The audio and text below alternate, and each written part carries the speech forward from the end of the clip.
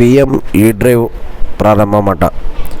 విద్యుత్ వాహనాల వినియోగాన్ని ప్రోత్సహించడానికి, అంటే బ్యాటరీ లేదా ఛార్జింగ్ వెహికల్స్ వీటిని ప్రోత్సహించడానికి కేంద్ర ప్రభుత్వం ప్రవేశపెట్టిన పిఎం ఈ డ్రైవ్ పథకం అక్టోబర్ 1 తేదీ నుంచి ప్రారంభమైంది.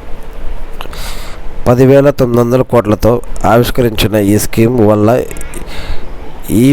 ఈవీల తయారీ వ్యవస్థ అభివృద్ధి చెందనుంది. వాటి ఛార్జింగ్ వసతుల ఏర్పాట్లు సైతం మెరుగు కానున్నాయి. ఈ సబ్సిడీ స్కీమ్ మార్చి 31, 2026 వరకు అమల్లో ఉంటుంది. దీనివల్ల 24.79 లక్షల ద్విచక్ర వాహనాలు, 3.16 లక్షల త్రిచక్ర వాహనాలు, దాదాపు 14,000 ఈ బస్సులకు ప్రయోజనం చేకూరనుంది. ఎలక్ట్రిక్ బైకులకు వాటి బ్యాటరీ సామర్థ్యం ఆధారంగా కిలోవాట్ అవర్కు 5,000 రూపాయలు సబ్సిడీ అందిస్తారు. ఇలా తొలి ఏడాదిలో 10,000 వరకు, రెండో ఏడాదిలో 5,000 వరకు సబ్సిడీ ఉంటుంది. ఈ రిక్షాలకు తొలి ఏడాది 25,000, రెండో సంవత్సరం 12,500 చొప్పున సబ్సిడీ ఇస్తారు. కార్కి 3-వీలర్ అయితే తొలి ఏడాది గరిష్టంగా 50,000, రెండో ఏడాది 25,000 వరకు రాయితీ కల్పించనున్నారు.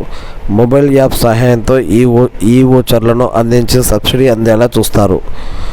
ఒక ఆధార్ నెంబర్పై ఒక వాహనాన్ని మాత్రమే అనుమతిస్తారట.